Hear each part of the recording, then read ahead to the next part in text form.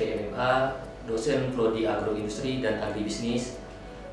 Pada kesempatan kali ini saya ingin memperkenalkan diri dan sekaligus ingin memaparkan sebuah rencana pembelajaran semester saya yang akan saya mulai dengan memaparkan materi-materi yang akan disampaikan nanti di video yang akan saya buat pada praktek micro teaching. Nah, adapun mata kuliah yang saya ampu pada semester ini yaitu perencanaan dan pengendalian produksi, sistem produksi, dan teknik pemasaran digital. Dari 3 mata kuliah ini saya mengambil mata kuliah perencanaan dan pengendalian produksi yang biasa saya ajar di semester kedua. Nah, adapun salah satu materi yang saya ajarkan yaitu tentang definisi tentang perencanaan dan pengendalian produksi.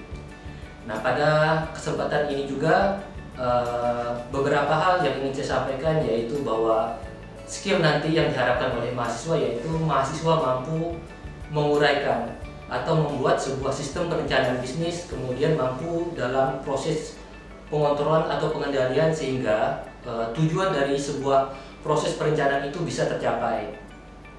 Kemudian saya ingin menyampaikan juga bahwa dalam sistem penilaiannya itu meliputi dari kehadiran, kemudian ada tugas mandiri dari hasil UTS dan hasil UAS. Nah, metode yang saya ajarkan di dalam kelas untuk mahasiswa saya yaitu dengan cara ceramah, kemudian diskusi kelas, dan kemudian ada tugas mandiri atau bisa juga dengan beberapa tugas yang saya berikan secara kelompok yang nantinya akan dipresentasikan. Nah, dari hal tersebut kemudian beberapa hal bisa kita nilai dari segi capaian materi atau knowledge-nya, kemudian ada juga dari cara soft skill yang akan diharapkan oleh mahasiswa seperti apa, misalkan penggunaan metode-metode atau alat bantu dalam mengerjakan mata kuliah tersebut. Uraian dari materi dari perencanaan dan pengendalian produksi itu yaitu meliputi bagaimana seorang manajer atau seorang divisi perencanaan dalam sebuah perusahaan itu membuat sebuah perencanaan terkait dengan hal-hal sebagai berikut, yaitu faktor produksi yang akan dipakai, kemudian bagaimana cara mendapatkannya, berapa biaya yang dibutuhkan, kemudian tenaga kerja, dan seperti apa dalam mengaktualisasikannya. Nah, kemudian setelah perencanaan itu dibuat, ada konsekuensi lain yang harus tetap diperhatikan, yaitu bagaimana perencanaan tersebut bisa sesuai atau mendapatkan hal yang sesuai dengan tujuan. Misalkan produk yang diharapkan sesuai dengan perencanaan baik kualitas maupun kuantitas. Nah, untuk mendapatkan hal itu maka diperlukan pengendalian dalam pelaksanaannya. Pengendalian produksi yang dimaksud di sini adalah bagaimana pengawalan terhadap perencanaan atau penggunaan sumber daya yang dimaksud. Misalkan penggunaan uang dan penggunaan sumber daya tenaga kerja. Nah, andaikan kedua ini tidak memenuhi syarat dalam perencanaan, maka harus dipikirkan bagaimana plan berikutnya supaya kegiatan produksi tetap berjalan dengan lancar. Nah, untuk itulah mahasiswa harus mampu membuat capaian-capaian atau perencanaan yang di luar perencanaan utama sebagai backup ataupun pengendalian terhadap sebuah perencanaan yang kemungkinan mungkin bisa gagal dikarenakan sesuatu hal atau eksiden di dalam proses perencanaan terjadi. Nah, di dalam perusahaan tentunya setiap waktu yang dialokasikan ada konsekuensi tentang hasil dan budget yang akan dikeluarkan. Ketertinggalan atau ketidaksesuaian dalam perencanaan akan mempengaruhi hasil dari sebuah kegiatan produksi perencanaan. Nah, saya kira itu yang bisa saya sampaikan untuk materi nanti yang akan saya sampaikan di kelas tentang perencanaan dan pengendalian produksi.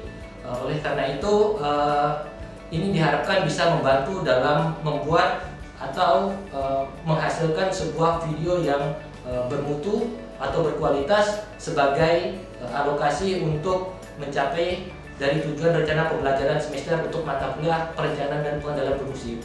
Assalamualaikum warahmatullahi wabarakatuh. Assalamualaikum warahmatullahi wabarakatuh.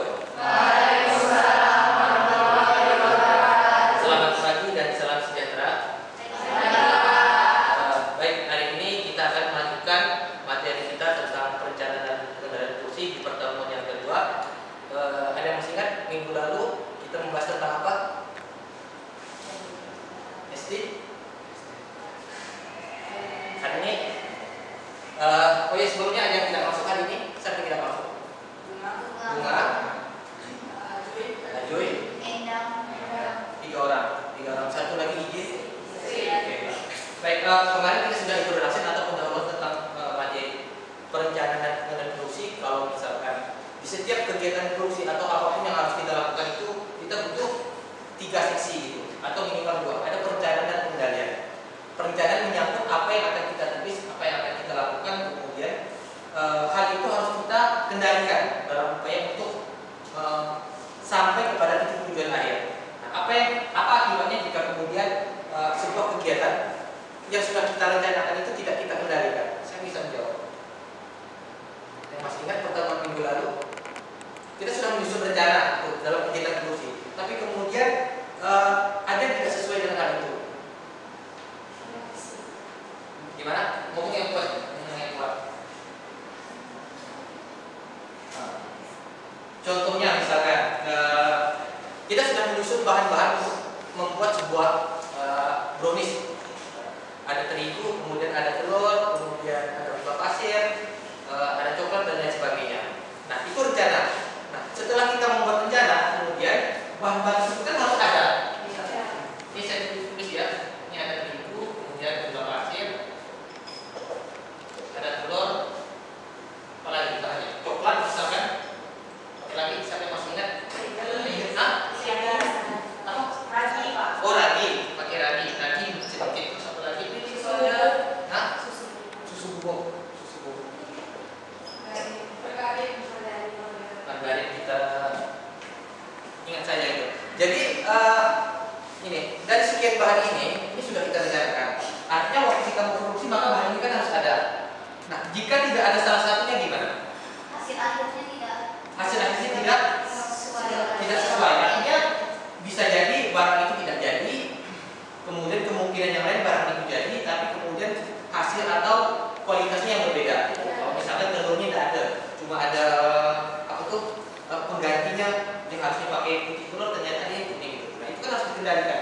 Nah, proses pengendalian inilah untuk menyamakan antara perencanaan dan hasil. Jadi sebagai penyambung di antara tengah-tengah.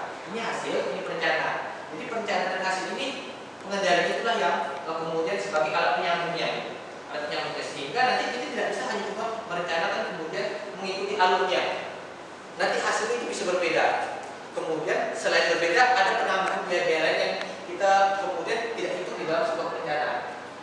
Di pertemuan ini kita akan menghitung bagaimana tadi proses antara perencanaan sampai dengan pengendalian terkait dengan berapa estimasi waktu yang dibutuhkan, kemudian biaya yang dibutuhkan. Nah, dari yang ini semua sudah ada gambaran terkait dengan ternyata konsekuensi dari sebuah perencanaan itu adalah kalau di dalam perusahaan itu adanya tenaga kerja, adanya biaya yang dikeluarkan, kemudian adanya waktu. Ada bisa memberikan contoh perencanaan apa di dalam sebuah perusahaan itu yang kemudian akan menentukan biaya tenaga kerja, waktu, kemudian apa tadi saya sebutkan SDM-nya ada 3. Contohnya gimana? Maria? Contoh. Ya, kegiatan produksi atau kegiatan di dalam perusahaan, di perkebunan kelapa sawit kan boleh. Kegiatan di kantor boleh. Ada yang mau coba menjawab? Anwar.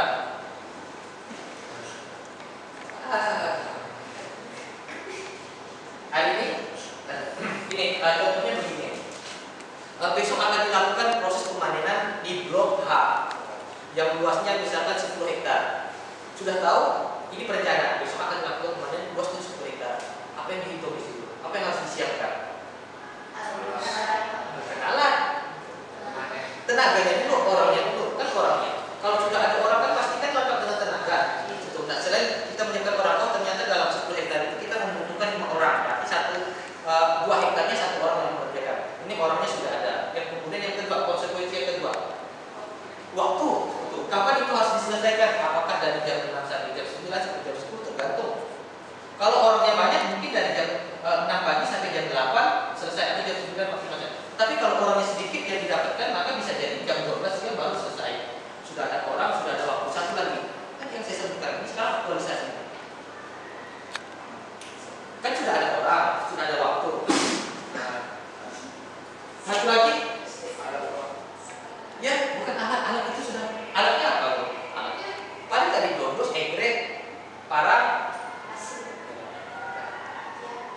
satu lagi biaya. Kita menentukan orang, menentukan waktu pasti ada biaya konsekuensinya. Biaya untuk membayar tadi atau mengupah tenaga kerja yang sudah kita pakai. Kalau orangnya banyak, berarti kita juga banyak. Kalau orangnya sedikit, tetapi ada konsekuensi kita membayar lembur atau training. Karena dia kan mengerjakan dua pekerjaan di dalam satu orang tenaga kerja. So, apakah pembayarannya sama dengan 2 angka, ataukah misalkan dihitung satu, tapi nanti selebihnya adalah lemburan. Nah, itu kan harus dipikirkan. Siapa yang memikirkan itu? Kalau misalkan itu mandor yang mengerjakan, berarti mandor lah yang berpikir tentang jumlah orang yang berapa. Kemudian nanti kalau itu asisten cakupannya lebih luas lagi, bukan hanya blok per blok, tetapi satu aparat atau satu estate, satu divisi gitu. Kemudian di atas asisten ada manajer satu kebun yang dia hitung. Di atas manajer ada lagi senior estate manager atau chef. Ya, beberapa divisi yang dia tangani. Di atas chef ada lagi direktur. Di atas direktur ada direktur utama. Habis itu ada presidir. Itu tahapannya. Jadi semakin tinggi tahapan atau level jabatan dalam sebuah perusahaan atau kita sebut manajemen, maka tanggung jawab dalam perencanaan itu semakin besar. Berarti semakin besar juga pengelolaan keuangan, waktu, kemudian biaya yang dibutuhkan untuk sebuah perencanaan. Itu kira-kira. Kalau level mandor, ini cuma menentukan berapa sih jumlah orang. Udah, asal dapat orang kerja. Tetapi asisten, beberapa orang di dalam setiap blok atau divisi atau di setiap kampanye sudah beda lagi. Jadi perencanaan itu sangat penting itu. Mahasiswa, perencanaan apa yang harus dilakukan mahasiswa sehari sebagai tanggung jawab sebagai mahasiswa? Ada yang tahu? Ya, perencanaan itu dilakukan setiap hari untuk mempersiapkan kuliah. Hari ini misalkan kuliahnya apa? Perencanaan produksi. Ada mata kuliah yang lain selain ini. Kemudian apa yang harus disiapkan? Kalau praktik apa yang harus disiapkan? Laporan apa yang harus disiapkan? Itu perencanaan. Dan kegiatan perkuliahan itu tidak harus misalkan sesuai dengan rencana. Kalau misalkan kemarin kita sudah belajar tentang per dan JKT, ada plan 1, A, B, C dan lain sebagainya. Yang penting nanti hasil akhirnya sama. Karena hari ini mungkin kita bisa kuliah pakai kendaraan, tetapi mana tahu nanti ada hal atau kendala tentang kendaraan, akhirnya kita terlambat. Nah, terlambat itu harus ada plan B, C dan berikutnya. Ada yang pernah mengalami? Saya yakin pernah mengalami, itu sudah rencanakan, kemudian berganti perencanaannya di tengah jalan. Konsekuensinya pasti tadi ada waktu, kemudian ada biaya, itu butuh orang lain dan sebagainya. Yang sering mengalami itu siapa? Anwar kayaknya memang dari Anwar perencanaan untuk pilihan harus diperbaiki. Anwar ini kan tidak mungkin setiap hari harus mengandalkan orang lain misalkan. Setiap hari terlambat Anwar. Enggak. Terus apa yang menjadi kendala di semester ini? Ya? Kok belum ada? Kita sering terlambat.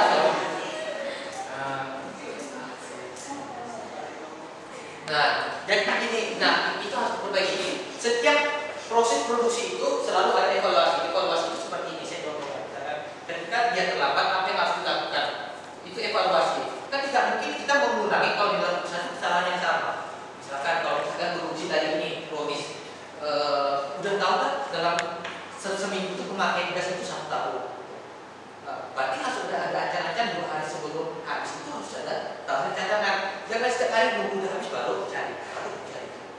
Kan tidak mungkin itu. Nah itu namanya evaluasi. Tapi beda misalkan kalau misalkan itu dibuat kendali itu begini. Tiba-tiba 1 minggu itu makanya 2 tahun dikarenakan ternyata gas itu bocor. Kendalian konsekuensinya berarti ada penambahan biaya untuk pembelian tabung gas. Kalau Anwar misalkan jadi Anwar berusaha untuk supaya lebih rajin tepat waktu. Kan ada. Iya kan? Nah, itu harus ada. Jadi tidak mungkin kamu berpikir dalam besok lihat terus kalau ada yang ya kalau terlambat tidak bisa begitu. Kita memang punya ini ya, punya limit. Oke, orang mentolerir kesalahan itu, tapi kalau setiap kali kesalahannya yang berulang nggak bisa. Mungkin saya bisa Anwar telat lagi, minggu depan lagi telat lagi. Kemudian misalkan ada yang sering tidak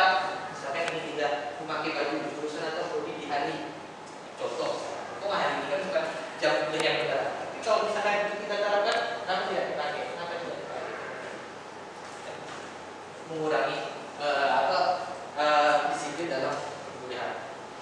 Oke, sampai sini ada yang mau ditanyakan tentang perencanaan dan pengendalian produksi untuk materi hari ini? Ada pertanyaan, harus nanya dulu sebelum saya closing. Tanya dulu.